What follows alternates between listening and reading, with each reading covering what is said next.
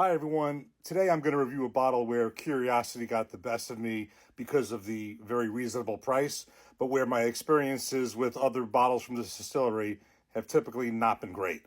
We're going to review Bulleit Bourbon Barrel Strength Batch Number 8, 121.8 proof. So the deal with this is the following. The only reason I got this is kind of curious about this one, and also the fact that this was extremely below MSRP. I have Bottle King by me in New Jersey. They typically have some of the best prices that I see in any stores in New Jersey. And these things usually marked down. They have specials. This was one of them. There's typically MSRPs, I think, for, I've seen these things for like, high 50s, $59. This thing was just barely over $40. And I'm like, I've been curious to try it. This is a good opportunity to do it. So the experience with this brand is the regular Bulleit. I've reviewed it. I was not crazy about it as a neat pour. However, I did say that the regular Bulleit, I think, is very good in a cocktail. I've had it in the restaurants as an old-fashioned in a Manhattan. I think that high rye mash bill, I think, really puts a punch in it. So I think it's a mixer. I think it's good in a cocktail. Do not think it's good neat. I have had the 10-year a long time ago. Barely remember. I do remember thinking it was better than the 90 proof basic.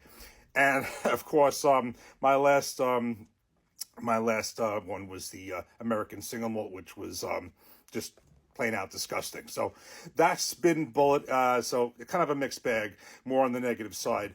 So this one is basically going to be the barrel proof, uncut version of the 90 proof original version that I said is good in a mixer and a cocktail, but not neat.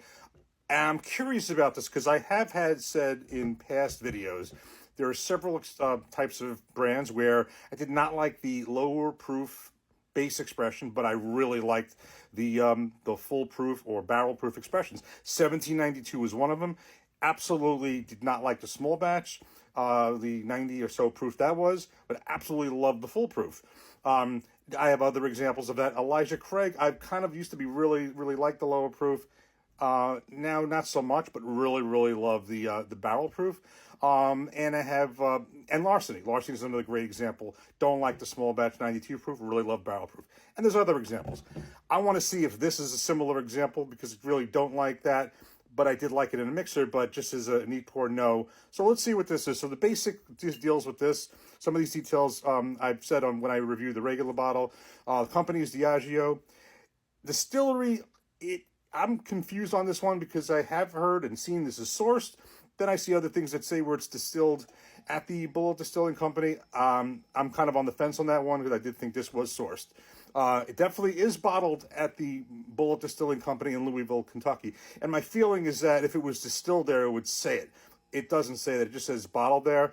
So from what I understand, it's sourced. I did say sourced from Kentucky.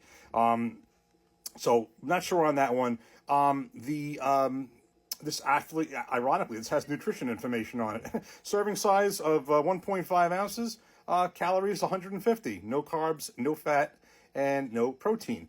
Age is not age stated, although it is supposed to be a blend of 5 to 7 year old bourbons. The mash bill is the Bulleit mash bill across its bourbon line. 68% corn, 28% rye, 4% malted barley. That is a relatively high rye bourbon, and it is this thing is barreled with the barrel has a level 4 char. That's the same char number 4, I believe, like a wild turkey. So it's going to be a sharp rye spice. I know that from the underlying 90 proof. I'm expecting even more from this. Let's get this in a glass and let's see if this one's any better.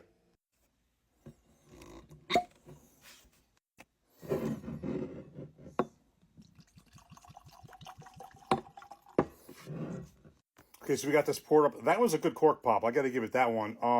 I could definitely smell some pretty strong aromas. Not necessarily ethanol, but let's give this a shot. Yeah, there is some ethanol there, actually. I do smell, you can tell there's some rich spice in there, so that's a good thing.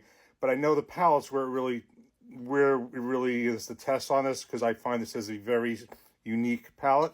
And again, one I feel is better in a cocktail. There is a good deal of ethanol. I expect this time to be a firebomb, but let's see how this goes. Cheers.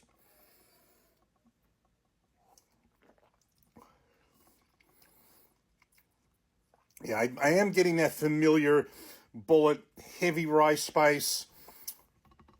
It's definitely packs a punch.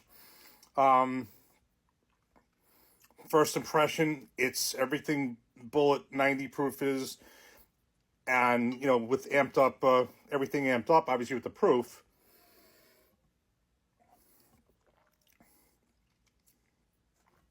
I will say I like this better than the 90 proof, because that's really what this is. It's a amped up version of that. That's 90 proof, 121.8 proof, significant proof point difference. So in line with that, with I said about other brands, other distilleries where I like the higher proof version better than the lower proof, I will say that is the case in this. However, I'm not sure if this is of the same level as some of those other high ones. High proof ones, I mean.